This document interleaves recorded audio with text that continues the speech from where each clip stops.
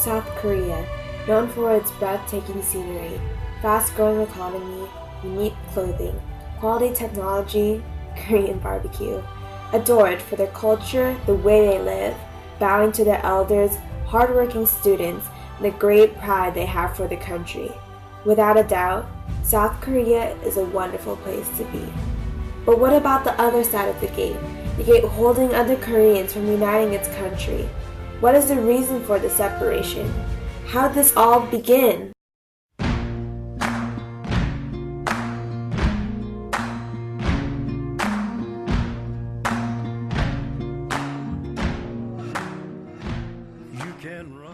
The Korean War was fought between communist and non-communist forces. This war lasted for 3 years. On the different sides of the 38th parallel, North Korea and Soviet Union fought the South with the United States. During the war, both sides crossed the border. However, major turning points occurred. Eventually, the sides ended up in stalemate. There were many stories of the foot soldiers' point of view, but here we have our very own veteran who served in the Navy. My name is Ed Dugan. I served in the U.S. Navy for 4 years, from 1950 to 1954. The first 2 years were spent in 2 tours of Korean duty. They were 9 months apiece. My job was I was a helmsman of the ship for my department. And also my regular job, I was a deck seaman. What ship did you serve on? I served on the heavy cruiser Los Angeles, the CA-135. Where was it that you served?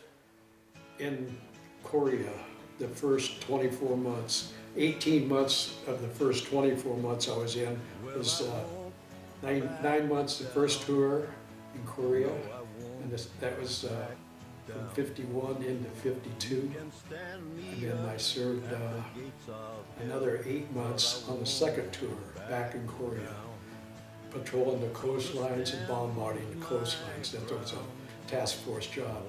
The fleet it wasn't a fleet, it was called a Task Force 77, full of destroyers, heavy cruiser, a light cruiser, and 2 aircraft carriers. All right. And why do you think Korea was a threat to America at the time? You're talking about North Korea? Yes. Well, it was a communist country, and as you probably know, that communists were taking over all the countries. They were going to dominate, and the free world didn't want that. So NATO forces got together and banded together and stopped the communists from controlling South Korea. All right. And were you drafted or did you enlist? I enlisted in December 1950 for 4 years in the U.S. Navy. All right. And could you describe some of the reasons why you enlisted? I didn't want to be drafted. In those days, the Korean War had started in June 1950, and it was a battlefield over there. And when I turned 18 in July, right after graduating from high school, you had to register for the draft. And they'd take you within 3 months, you'd be in the Army, and you were sent directly to Korea. And I didn't want to be a foot soldier in Korea. So I joined the Navy for 4 years. If I'd have got drafted, I would only had to done 18 months, but I would take 4 over that. All right. And was the Navy segregated the time you were in it? No, it wasn't.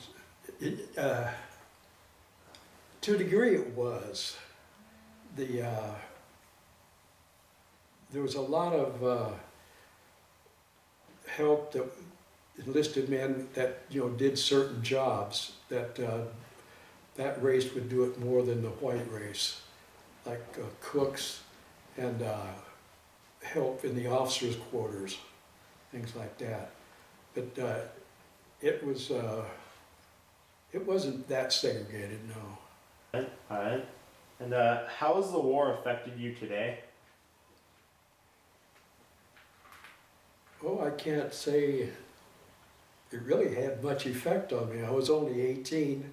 You don't scare people when they're 18. And I really didn't have any effect because I was not on land.